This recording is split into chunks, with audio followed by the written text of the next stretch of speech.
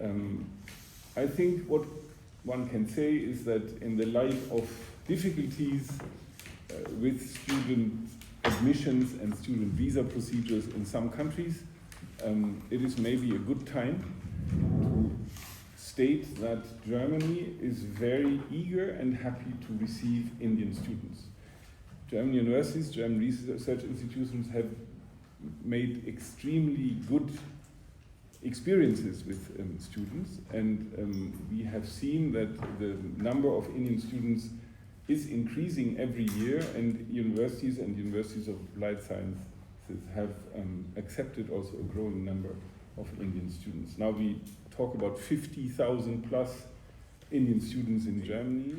We've seen aggressive recruitment by some institutions in Germany who work with agents here who are not free, they are very expensive. Many of them are not German universities, they are universities with different proveniences and don't give German diploma. So when you graduate at these so-called universities, you get a British or Polish or Italian, I don't know, diploma, although it is in Germany. These universities or these institutions, I don't want to call them universities, are aggressively recruiting in India, and they are going through agents. My encouragement and my appeal to Indian students is don't use agents. Don't use agents. Go individually for the choice of your university. It is easy. Websites are good. We have the German Academic Exchange Service as a source of information and advice. You can approach them, you can read on their website. There is no need to pay money for expensive agents who direct you on a wrong path. I say that in all openness. I would encourage each and every Indian student to look for the university of their choice individually and not through agents. It's a very important point. One of the wonderful things about studying in Germany is what happens after your graduation. And Germany has a very generous rule that 18 months after graduation, for 18 months you can look for a job, you can try to enter the labor market, you have a residence permit, and once you find a job, this residence permit will be extended. It's not difficult, it is something that is very, very easy to obtain. Germany is in need of skilled labor, and those who have graduated at German universities have, of course, a greater chance to join the labor market than others. So that's a very important point. Let me also, before concluding, say we are looking for talent. We are looking for the smartest and the brightest. Germany wants, a good number of Indian students who really are industrious, dedicated, committed, eager, and ambitious. It's the second oldest university in Germany since 1388, and one of the largest university with over 55,000 students studying at the moment. Freie University is a very popular university in Berlin with about 34,000 students, out of which 22% students are international students. Of RWTH Aachen University. I'll just quickly say what RWTH stands for, Rheinisch-Westfälische Technische Hochschule Aachen. So it's one of Europe's most renowned technical universities and as a university of excellence. RWTH offer world-class education not only in engineering, which is the best of all in Germany, but also natural sciences, management, architecture, and medicine. Essentially everything except law.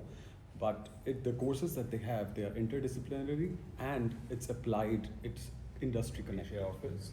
Hertie School is a social science university founded in 2004, which trains change makers for government, businesses, and civil society.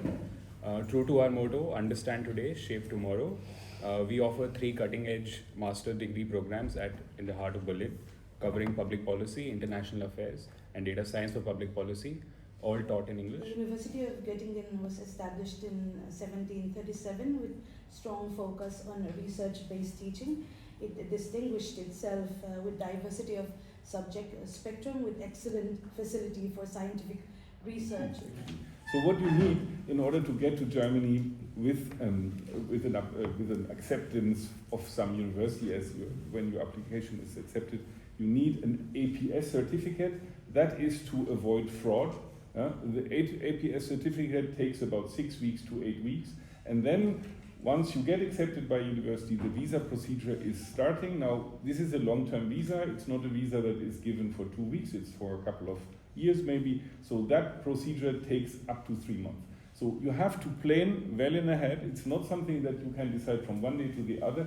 But with 4 months, 4.5 months planning ahead, you get your visa relatively reliable. Hi, I'm Kadambini Sharma. I'm an independent journalist. So last time when we talked here, there was a backlog, a huge backlog of student visas. So what's the situation now? And my second question is concerning the language, English language. When the student enters the workforce, the knowledge of German is a requirement by rule, law, or it's encouraged? It's encouraged. So there is no backlog anymore. I think you are right. 2 years ago we had a huge backlog because we changed our system. That is over. As I said, you have to plan for 4 or 5 months, and then you should be very, very sure to get your visa. Now that is sometimes not so easy because financing has to be has to be organized, and therefore I think every student must know that is not possible to get in three weeks' time, but you have to plan it a bit ahead of your time in Germany. Language, and that's very important. There is no rule that you have to speak German in Germany, but if you want to to have bigger chances for the labor market, I think that's Germany is a very decentralized country. Very many of the hidden champions, as we call it, are on the countryside. Their German is basically inevitable, I would say. If you work for a big multinational in Frankfurt, Hamburg, Munich, Berlin, English is not a problem. But if you move out of the big cities, a basic German is really required, and that is something which is very important and should be encouraged. If you want to join the German labor market, it is very important to learn at least some German so that you can have bigger chances. Thank you. Thank you.